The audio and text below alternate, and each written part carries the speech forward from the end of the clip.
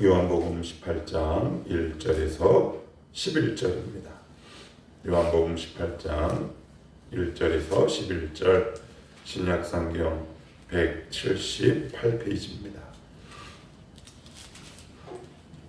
요한복음 18장 1절에서 11절 신약성경 178페이지 이제 1절에서부터 11절을 같이 한 목소리로 읽겠습니다. 자, 시작. 예수께서 이 말씀을 하시고 제자들과 함께 기드론 시내 건너편으로 나가시니 그곳에 동산이 있는데 제자들과 함께 들어가시니 그곳은 가끔 예수께서 제자들과 모이시는 곳이므로 예수를 파는 유다도 그것을 알더라. 유다가 군대와 대제사장들과 바리새인들에게서 얻은 아랫사람들을 데리고 등과 횃불과 무기를 가지고 그리로 오는지라. 예수께서 그 당할 일을 다 아시고 나아가 이르시되 너희가 누구를 찾느냐. 대답하되 나사렛 예수라 하거늘 이르시되 내가 그니라 하시니라. 그를 파는 유다도 그들과 함께 섰더라. 예수께서 그들에게 내가 그니라 하실 때 그들이 물러가서 땅에 엎드러지는지라. 이에 다시 누구를 찾느냐 물으신뒤에 그들이 말하되 나사렛 예수라 하거늘 예수께서 대답하시되 너희에게 내가 그니라 하였으니 나를 찾거든 이 사람들이 가는 것은 용납하라 하시니 이는 아버지께서 내게 주신 자 중에서 하나도 잃지 아니하였사옵나이다 하신 말씀을 응하게 하려 함이로라. 이에 시몬 베드로가 칼을 가졌는데 그것을 떼어 대제사장의 종을 쳐서 오른쪽 귀를 베어 버리니 그 종의 이름은 말고라. 예수께서 베드로더러 이르시되 칼을 칼집에 꽂으라. 아버지께서 주신 잔을 내가 마시지 아니하겠느냐 하시니라. 아멘. 오늘 우리가 읽었던 이 내용은 이제 예수 그리스도께서 십자가에 못 박힌 이 금요일날 있었던 사건입니다. 금요일날 있었던 사건을 간략하게 묘사하면 겟세마네 동산의 기도 그리고 그 동산에서 이제 잡히시게 되고 빌라도에게 신문까지 당하게 되시고 이제 드디어 십자가에 못 박히게 됩니다. 그런데 오늘 우리가 읽은 이제 18장 1절에서 11절 말씀을 보면 다른 공관복음은 마태, 마가, 누가 비슷한 관점으로 본 복음서를 공관복음서나 이렇게 말씀을 드렸어요. 18장 1절에 보시면 이렇게 나옵니다. 예수께서 이 말씀을 하시고 제자들과 함께 기드론 시내 건너편으로 나가시니 그곳에 동산이 있는데 다른 데는 겟세마네 이렇게 쓰여 있는데 요한복음에서만큼은 그냥 동산 그리고 그 유명한 겟세마네 동산의 기도가 생략됩니다. 그래서 우리가 잘 알고 너무 많이 들었어요. 뭘요? 예수께서 기도하실 때 땀방울이 핏방울처럼 되었더라. 이렇게 표현하고 있는데 그 모든 것을 딱 생략하고 동산 이렇게만 얘기합니다. 왜 그러냐면 첫 번째 이유는 다른 공관복음서는 예수 그리스도의 인간적 연약함을 주목하는 거예요. 주님도 우리와 똑같이 인간의 몸을 입고 이 땅에 오셨음을 강조하기 위해 그래서 주님도 그 인간의 연약함을 극복하기 위해 정말 땀방울이 핏방울처럼 되는 그 기도의 노동과 고통이 있었음을 알려주기 위해서 겟세마네 동산에서 하셨던 기도의 내용을 쭉 나열하고 있는데 반해 오늘 요한복음은 그와 반대로 예수님의 신적 권위예요. 오늘 설교 제목이 뭔가요? 내가 그니라. 이따가 제가 자세하게 말씀드리는데 아무튼 요한복음은 예수 그리스도 안에 계셨던 인간의 속성이 아니라 하나님의 속성, 하나님의 성품을 강조하기 위해 그 모든 것들을 뛰어넘었다. 여기 보시면 이렇게 계속 이어져요. 제자들과 함께 들어가시니 2절 그곳은 가끔 예수께서 제자들을 모이시는 곳이므로 예수를 파는 유다도 그곳을 알더라. 알더라. 여러분 같으면 나를 팔 제자들과 함께 잘 모이던 겟세마네 동산으로 잡으러 온다는 걸 아시면 그대로 계시겠어요? 아니면 다른 곳으로 피난을 떠나시겠습니까? 피난을 떠납니다. 주님은 떠나지 않습니다. 왜 떠나지 않을까요? 그건 바로 겟세마네 동산에서 땀방울이 핏방울같이 되는 기도의 자리가 있었기 때문에 그렇습니다. 주님도 인간적인 우리의 연약함이 그대로 있으신 분이라 그 십자가형이 얼마나 두려웠겠습니까? 그래서 뭐라고 말씀하세요?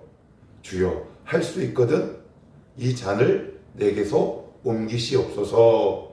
우리 주님도 이렇게 고백하시고 나서 그 다음에 뭐라고 하세요? 그러나 나의 원대로 마시옵고 아버지의 뜻대로 하시옵소서. 그 고백이 그냥 나왔어요? 아니에요. 땀이 핏방울처럼 되는 치열한 기도 속에 나온 거라고. 그러니까 위대한 일은 위대한 기도가 전제되는 거예요. 그러니까 주님이 이 모든 내용을 알고서도 담대하게 그 겟세마네 동산으로 제자들과 함께 간 것은 뭐가 전제되었기 때문이에요? 땀방울이 핏방울이 되는 그 간절한 기도가 있었기 때문에 그래요. 그러니까 우리는 예수님보다 훨씬 연약함에도 불구하고 이 기도가 전제되지 않아요. 그러니까 우리가 이 자리까지 가셔야 돼요. 왜 이렇게 하나님 이게 잘 안 돼요. 저것도 안 돼요. 그런데 우리가 곰곰이 살펴보셔야 할 것은 사실 문제가 아니다. 상황이 문제가 아니다. 그것은 결국 하나님 앞에서 내가 땀방울이 핏방울처럼 기도하는 이 삶이 나에게 과연 있었느냐. 제가 조금 전 말씀드린 것처럼 위대한 일은 위대한 기도가 전제되게 마련이다. 그래서 우리의 기도의 생활을 한번 우리가 냉정하게 한번 살펴볼 수 있어야 돼요. 어떤 사람은 문제가 생기면 도망가거나 어떤 사람은 그 문제 앞에 기도를 해도 이게 기도인지 아닌지 잘 가늠되지 않을 때가 있어요.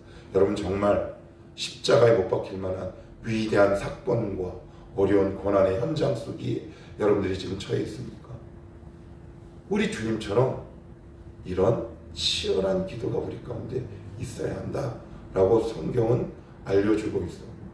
얼마나 괴로웠겠습니까? 얼마나 도망가고 싶었을까요, 우리 주님은? 왜 우리도 살다 보면 그런 일 있잖아요. 도망가고 싶을 때 있단 말이에요. 아, 이 상황 나 정말 도망가고 싶어. 근데 도망가지 않으셨어요. 더군다나 그 기도가 마치고 당신이 팔릴 것을 뻔히 알면서도 그 자리에 딱 계셨다는 것은 이미 모든 상황 속에서 자유함을 주시는 하나님의 은혜가 예수 그리스도의 심령 가운데 있었음을 의미하는 거 아닙니까? 여러분들 이 자유함이 있으십니까? 그 문제 앞에서 그래, 와, 나 이길 수 있어 라는 담대함. 그래도 살다 보면 그래도 이 수준까지는 한번 가봐야 되지 않겠습니까? 예수 믿으면 모든 일이 잘 술술 만사형통합니까? 안 아픕니까? 가난하고 쪼들릴 게 없습니까? 여러 가지 삶의 어려움들이 늘 일상처럼 반복되는 것이 우리 인간의 평범한 삶인데 우리가 그 일상과 삶을 늘 피해서 언제까지 도망하겠습니까? 그래서 하나님은 우리를 때로는 어려운 문제 속에 이렇게 첨벙하고 넣어보시기도 합니다. 네가 과연 이 현실과 삶의 문제 속에서 언제 나에게 무릎 꿇어보자. 근데 주님은 도망가지 않으셨어요. 여러분 도망가시면 다시 옵니다. 제가 이 부분은 예언할 수 있어요. 아니 성경에 써 있어요. 민수기에 써 있잖아요. 이스라엘 백성이 불평하고 원망했다는 것은 무슨 얘기예요? 기도하지 않고 회피하고 도망갔잖아요. 그랬더니 다시 그 자리로 돌아오죠? 늘 돌아오는 삶이에요. 늘 돌아오는 삶. 언제까지 이 삶을 반복하며 우리가 살아야 되겠습니까? 하나님께서 주신 그 자리에서 하나님 이 문제를 해결해 주시거나 이 문제를 감당할 만한 은혜를 주시옵소서. 이렇게 한번 부르짖으며 기도해 보신 적이 있으신지요? 둘 중에 하나는 얻어야 되지 않겠습니까? 문제가 해결되든 문제를 이길 수 있는 믿음과 은혜가 있든 이 두 가지가 다 없으니 우리가 일상에서 늘 두렵고 도망가는 그 삶의 패턴이 반복된다. 얼마나 안타까운 일이겠습니까? 이어서 3절은 이렇게 말씀합니다. 이 부분 같이 한번 읽어봅시다. 자, 시작. 유다와 군대와 대제사장들과 바리새인들에게서 얻은 아랫사람을 데리고 등과 횃불과 무기를 가지고 그리로 오는지라. 여기 주어가 누구라고 되어 있나요? 누가? 유다가. 조금 전까지 유다는 누구의 제자였습니까? 예수님의 제자. 지금은 예수님을 팔려는 사탄의 부하. 너무나 상극이고 상반되지 않습니까? 혹시 여러분들 신앙생활 가운데 이런 갈등 겪어본 적 있어요? 저는 그 갈등을 너무 많이 겪어봤어요. 어떤 것이 나의 진짜 모습인가? 어떨 때는 주님을 쫙 찬양했다가, 어떨 때는 나락으로 훅 떨어지는 이 모습, 이 간극 속에서 나의 정체는 과연 무엇이던가? 라고 가슴을 쳤던 경험이 많아요. 여러분들 혹시 그런 경험 있으세요? 야, 이거 내가 이렇게까지 나락으로 떨어지나? 예, 원래 떨어진 그 모습이 우리의 진짜 실력임을 아셔야 합니다. 이게 뭘 알려주고 있을까요? 하나님의 은혜가 그를 딱 붙잡고 있을 때는 그리스도의 제자였지만 하나님의 은혜가 사라지니 그는 마귀의 졸개로 밖에 살 수 없었음을 성경은 지금 고발하고 있는 거 아닙니까? 제가 잘나서요? 아니에요. 하나님이 우리에게 은혜를 거둬가시면 내 안에 말씀이 사라지게 되면 나도 언제든지 주님이 팔 마음이 있다라는 것을 성경은 증거하고 있는 거 아닙니까? 어떤 것이 진짜 모습이다? 우리의 진짜 모습은 이 모습입니다. 성경에 특별히 시편에서 이렇게 증언하죠. 로마서도 의인은 없나니 하나도 없다. 그 말은 뭡니까? 다 지옥불의 자식이다. 하나님을 사랑할 수 있는 자는 이 땅에 그 누구도 존재하지 않는다. 나의 은혜가 아니면 너는 내 앞에서 설 수 없는 존재들이다. 그러니 성도가 가장 두려워해야 할 일 무엇입니까? 물질로 손해보는 거요. 나에게 되게 아플 수 있죠. 그런데 정말 성도가 귀하고 두렵게 생각해야 할 것, 그건 하나님의 은혜의 소중함입니다. 신앙이 자랄수록, 믿음이 자랄수록 어떤 가치가 커지냐면 하나님의 은혜의 가치가 훨씬 더 커지지. 그러니까 은혜의 가치가 커진다는 건 하나님의 은혜가 나를 지배하고 다스린다는 얘기 아닙니까? 그래서 다른 손에도 유연하게 넘어갈 수 있어요. 왜 우리는 작은 손에 이렇게 벌벌 떠나요? 그것의 가치가 나를 지배하기 때문에 아닌가요? 조금 전까지 누구였다고요? 제자. 지금은요, 예수님을 팔로 오는 사단의 졸개 이상 그 이하도 아니었다. 그 결정적인 차이는 뭐다? 은혜의 차이다. 하나님이 오늘도 이 목사에게서 은혜를 걷어가 버리시면 저는 세상 악한 놈으로 저는 끝났을 겁니다. 하나님의 은혜가 아니었다면 저는 이미 저의 집안 어른들의 전철을 밟고 있을 겁니다. 주정뱅이나 아니면 마약이나 아니면 주색에 빠진 한낱 죄인에 지나지 않았을 겁니다. 그래서 제가 예전에도 그 말씀 드렸습니다. 신앙이 좋아진다라고 하는 것. 그건 은혜의 가치를 내가 자각하기 시작하는 것. 아, 그래, 나 은혜 떨어지면 안 돼. 은혜 떨어지면 안 돼. 내가 목사를 감당하는 데 있어서 은혜 떨어지면 나는 아무것도 아니야. 이 간절함이 저 안에 있거든요. 여러분은 어떠세요? 있으세요? 있게 되기를 축복합니다. 하나님, 이 은혜가, 그래서 다윗이 뭐라고 고백합니까? 시편에 성령을 거두지 마옵소서. 왜 그 기도 제목이 나와요? 그 위급하고 절박한 상황에 하나님의 은혜가 있으면 저 재기할 수 있습니다. 하나님의 은혜가 있으면 저 살아갈 수 있습니다. 이 고백을 깨닫는 데까지 어떤 사람은 수십 년 걸립니다. 아니면 죽기까지 깨닫지 못하고 입관 예배 드리는 자가 있고, 어떤 사람은 빨리 깨달아 그 인생이 소중하고 존귀한 인생으로 살아갈 수 있는 사람이 있는데 반해 거의 80-90% 이상은 그 은혜의 가치와 소중함을 죽기까지 깨닫지 못합니다. 그래서 안타까운 겁니다. 그래서 제가 청년들에게 때로는 그 쓴소리를 하는 겁니다. 왜 그래요? 은혜의 가치와 그 존귀함을 말하라. 그것이 바로 너를 살리는 길이다. 어떠세요? 알고 계세요? 그러면 우리의 기도 제목도 바뀌어야죠. 은혜의 가치를 깨닫는 자가 되게 하옵소서. 이런 고백을 하는 자가 어떻게 하나님 앞에 그 하나님을 쉽게 떠날 수 있겠습니까? 바로 조금 전까지는 그리스도의 제자, 지금은 마귀의 죄자. 그것이 우리의 본질이고 현실이다. 성경은 지금 이야기하고 있는 겁니다. 5절 6절도 한번 읽어봅니다. 시작. 대답하되 나사렛 예수라거늘 이르시되 내가 그니라 하시니라. 그를 파는 유다도 그들과 함께 섰더라. 예수께서 그들에게 내가 그니라 하실 때 그들이 물러가서 땅에 엎드러 지는지라. 여기 내가 그니라는 말은 출애굽기 3장에 나오는 그 말씀이에요. 모세가 주님께 이렇게 물어봅니다. 내가 이스라엘 백성에게 가서 나를 보낸 자가 누구라고 하면 좋을까요? 그랬더니 주님이 이렇게 말씀하세요. I will be that I will be. 나는 스스로 있는 자니라 라는 표현과 아주 유사한 표현이에요. 하나님의 하나님됨을 나타내는 표현이에요. 나는 나다. 그리스도의 정체성을 잃지 않았습니다. 근데 이게 지금 쉬운가요? 그 예를 성경은 정확하게 우리의 관점에서 오늘 예를 제시하고 있어요. 어딘 줄 한번 볼게요.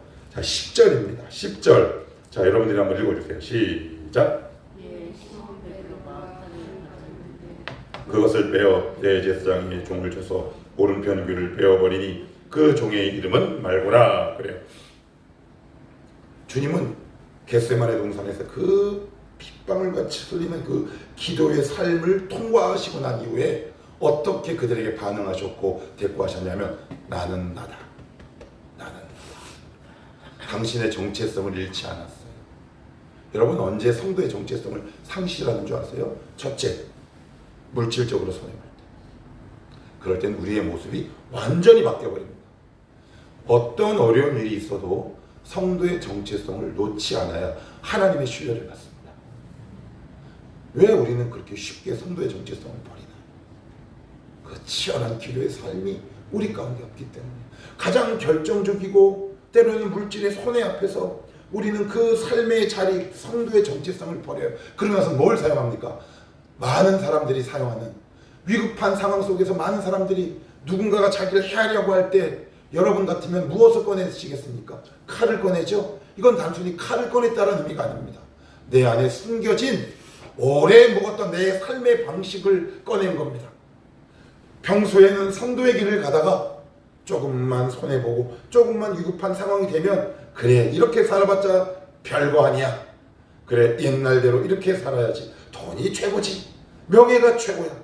그래서 내 안에 잠자고 있던 내가 인식하던 인식하지 못하던 내가 그동안 살아왔던 나의 삶의 패턴과 습관이 위급한 상황가에서 드러나는 거죠. 그 말씀을 하고 있는 겁니다.